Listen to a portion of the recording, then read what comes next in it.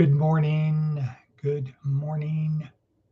fellow humans. Today is Monday, September 1st, 2025. Here we are in southwestern Nevada, west of Sin City, east of Death Valley, south of Area 51, hard scrabble, rootin' tootin' pistol shooting area. Sharp elbowed, hard scrabble, rootin' tootin' pistol shooting people. I should say pistol packing. How about that? Hard. Let's try that one more time. Okay. Sharp elbowed, hard scrabble, rootin' tootin' pistol packing people. All right. A good place to study human behavior amongst people such as those hard scrabble people. A good place to learn. No place for generosity here. We've got to figure out what is the depth of pettiness. How petty can we be? How self-centered? Nobody helped me, so I'm not helping anybody else. How far down that rabbit hole can we go? Okay, so, but here we are. It's kind of interesting. Here we are. Here we are to help our students and other interested people on their journey through this life. And footnote, watched a very interesting video this morning about the soul, which is attached to the worksheet down below, where please subscribe, share, click on the bell, you know the thing, do all those things. So we'll talk about that through the week. But this is week 4, day 1 of week 4 in our neuroscience-oriented approach to success. This is what we use as the structure of this podcast. And our goal is to answer 2 questions from a neuroscience point of view, not a philosophical, not a theological point of view, but from a neuroscience point of view is, who am I? Why do I behave the way I do? And the belief is, if we know the answer to those 2 questions, we have the ability to dial in who we need to be right now. If I know who I am and why I behave the way I do, I can choose, or I can choose to change how I behave right now. Yes, there are limits. That's the idea here. And the idea is, if I can better control who I am right now, I can take advantage of what's happening around me right now and into the foreseeable future. That's it. No big deal. And if we can do that, but if we want to make it a big deal, if we can do that now, if I can behave that way now, and then if I set my compass to a point in the distant future, I have a good chance of getting there because I have the mechanisms in place to help me autocorrect, find the point if I get off target, if I go off the path. I have the means to self-adjust, to auto-regulate, and get back on track. That's it. That is it. So that's what we do. Monday through Friday, we focus on 3 things: physical, mental, and emotional. And then on weekends, we call G School, we focus on the spiritual side. However, having said that, this morning, again, I had a very good TED Talk, which is linked down below, not TED Talk, but a video, YouTube video linked down below, having to do with, do we have an immortal soul? In fact, the title of it, here it is. The title of it is the soul real? A neurosurgeon explores the evidence. 2025 Dallas Conference on Science and Faith. So Michael Egner, neurosurgeon Michael Egner, explores the evidence. Pretty compelling, pretty compelling. So this is the guy who's done over 7,000 brain surgeries talking about stuff that cannot really be properly explained through science. And the question is, what is the brain is the organ of what? Or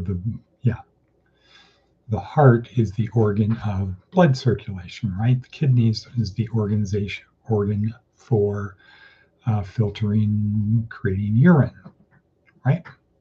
So what is the brain the organ of? The mind. Perhaps. You got to watch the video. Really good one.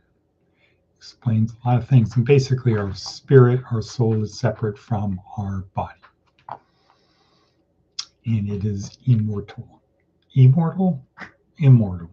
It's not immortal. It's not amortal. It's immortal. Okay, cool. But let's get back on track. Today, day 4, day 1, week 4. Week 4 is leadership. So if we go back to the beginning, our goal is twofold. Who am I and why do I behave the way I do from a neuroscience point of view? How does my brain do these things to create the me? And after today's talk, there's this whole spiritual side. The idea is the brain regulates memory, perception, movement, and emotion. So actually it's movement, perception,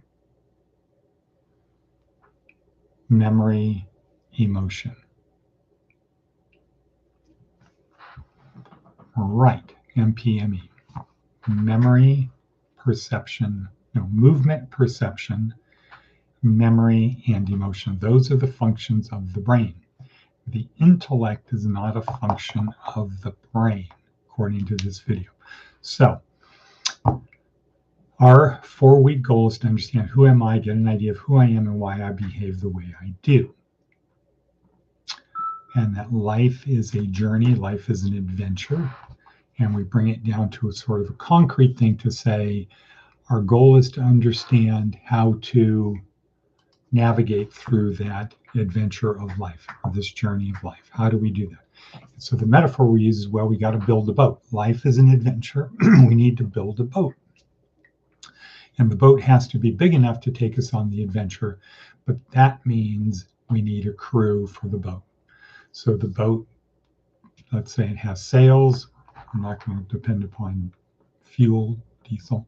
The boat has sails. It has a steering mechanism. It has a below deck, which I have a place to store supplies, a place to store treasure that I collect, a place to sleep, a kitchen, a place to get out of the elements and feel safe. It's got that. And then there's the hull itself.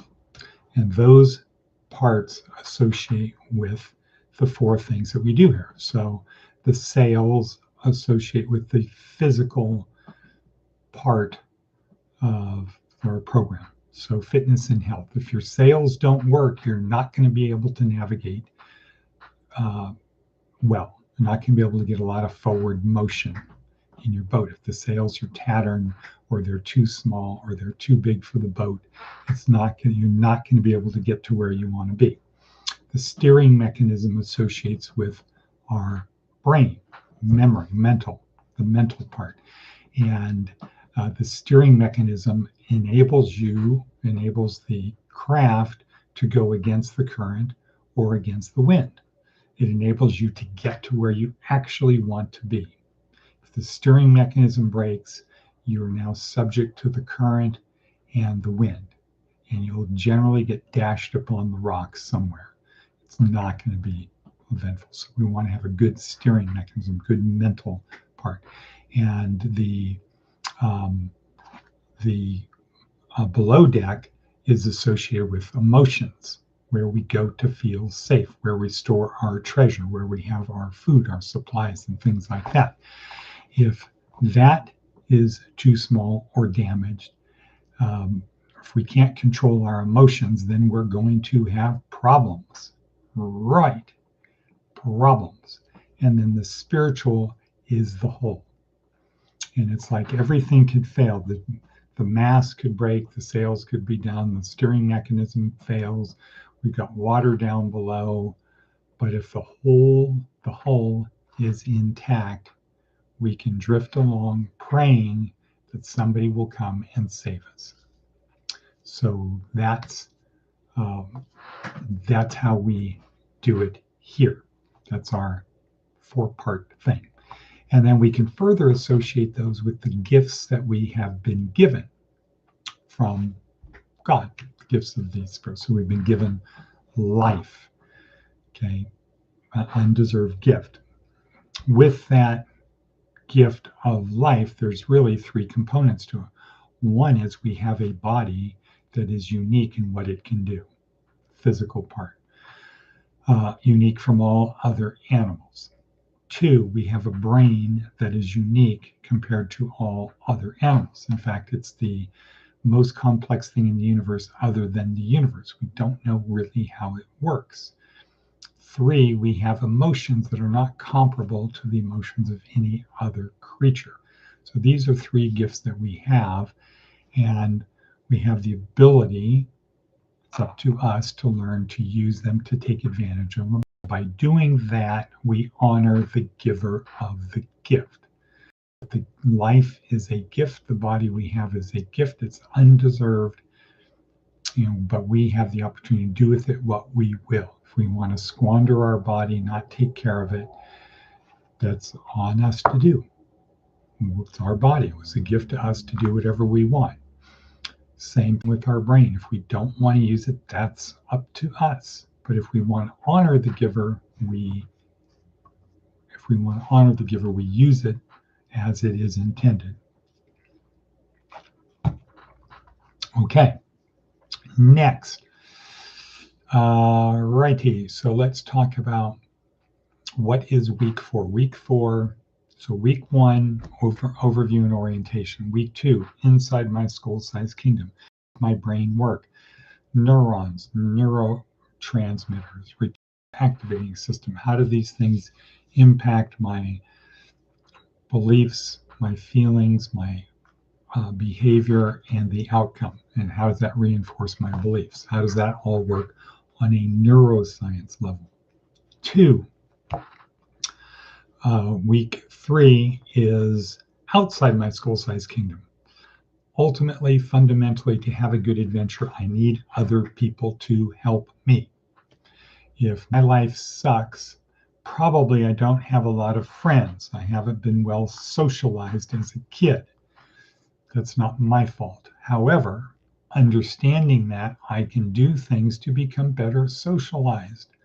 I can participate in events with other people where my goal is not to provoke other people, it's to cooperate with other people. Hey, how can I help? Offering, hey, what can I do to help? Can I do this to help? Suggesting things to help. What can I do to help? Not, do you want me to help? It's like, no, I'm going to help. What do you want me to do? Type of attitude. So in week 3, we learn tools and how to use the tools to get other people to help us on our journey. And then week 4 is now imagine the boat is built. I have my crew. We've pushed off from the dock. The journey is afoot. We are out there making it happen. The journey is afoot. So my goal as the captain of my ship is to not crash the boat, not have a mutiny, not have the adventure of my life. So it's to keep the ship moving forward and the crew doing their job. So I can go out and capture booty. Right. No, so I can go out and have the adventure of my life and accumulate treasure and stores. And so when the journey is done, I have no regrets. Okay, so given all of that, what is our theme for today? The theme for today is the soul Okay, so we talked about that briefly. That is the talk down below from the neurosurgeon who says basically we do have a soul that is immortal. And he does a pretty good job of providing evidence to prove it up. We have an immortal soul. So if we act and believe that we have an immortal soul that continues after death, and everybody has it, it doesn't just belong to Christians or non-Christians. Everybody has a soul that continues after death, an immortal soul that continues after death. He doesn't say where, but everybody has a soul that continues after death. But he does a pretty good job of proving the point. And one of the things is you can have no brain and still be you. You can still do things with virtually no brain. How is that possible? Or when people have convulsions, physical convulsions, nobody has an intellectual convulsion. And then on and on and on and on. It does a pretty good job. You ever watch it, proving it up. All right, so we're at 1622, and let's talk about day 1 of week 4. And week 4, we basically just call leadership. It's technically power, but if you say power, people think it's about manipulation. Power is like a hammer. A hammer is not inherently good or bad. How you use a hammer is good or bad. If you use a hammer to make things, good. If you use a hammer to break things, not good. Power is the same thing. If you use power to motivate people to become their best, good. If you use power to harm people, not good. Most people are not taught about power because it's sort of like giving a 5-year-old a loaded gun. The easy thing to do with a hammer is to go around whacking things and breaking them. It takes practice and training to learn how to use a hammer to make things. So the idea is, or the result is, if you give people who are not properly trained, if you give them power, they will abuse it. We see that all the time. So the better thing is don't teach people, don't show people how to use power, or don't teach them about power, because they're going to take the shortcut and use power to get what they want and harm other people. So it's generally, you only really learn about power later on. And the book, The 48 Laws of Power, that's just a book. That's not the actual laws of power. We study the actual laws, the first 4 laws of power here. We're not going to talk about that today. So this week is power. Power is simply getting other people to do what you want. How do you get other people to do what you want? Well, there's a spectrum. You can force people or you can motivate people. We only go for the motivation part. We only do the positive side, using the force for good, not for bad. So how do you get people to do what you want? That's what we learned this week. And today we start with crisis leadership. Everything is going to hell. How do we navigate through that? How do we keep the crew intact? How do we keep people focused on the job? And Nancy Kane, Harvard Business School professor, who's been a big supporter of what we're doing, especially with women here.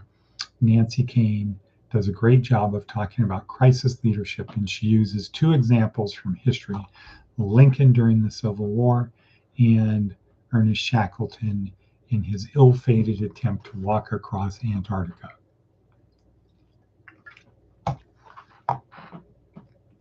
Right. So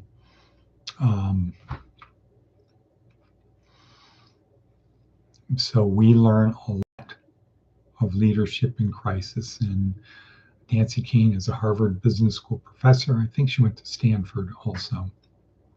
Really does a great job in her book, which she sent us a couple hundred copies of, does a great job breaking down what is unique to leadership during times of crisis. She leaves about 11 breadcrumbs, 11 things to do, how to behave, how to act during that to maximize the probability of success.